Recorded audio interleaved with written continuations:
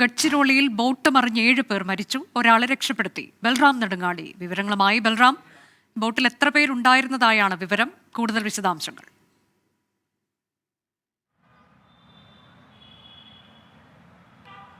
അനുജ, ഈ ബോട്ടിൽ 8 സ്ത്രീകളും ഒപ്പം തന്നെ ഈ ബോട്ടിന്റെ ഓപ്പറേറ്ററുമാണ് ഉണ്ടായിരുന്നത് എന്നാണ് ലഭ്യമാകുന്ന പ്രാഥമിക വിവരം. ഈ അപകടത്തിൽ മരിച്ച 7 പേരും സ്ത്രീകളാണ്. അതിദാരുണമായ ഒരു അപകടമാണ് മഹാരാഷ്ട്രയിലെ ഗഡ്ചിരോളിയിൽ ഉണ്ടായിരിക്കുന്നത്. വനഗംഗ നദിയിലാണ് ഈ അപകടം ഉണ്ടായിരിക്കുന്നത്. പ്രദേശത്തെ ഖാൻപൂർ ഘട്ട് എന്ന പ്രദേശത്ത് നിന്നും ബോട്ടിൽ നദി മുറിച്ചു കടക്കുകയായിരുന്നു. ഇവർ മുളക് വിളവെടുപ്പിന് വേണ്ടി പോകുകയായിരുന്ന സ്ത്രീകളായി സഞ്ചരിച്ച ബോട്ടാണ് അപകടത്തിൽ പെട്ടത്.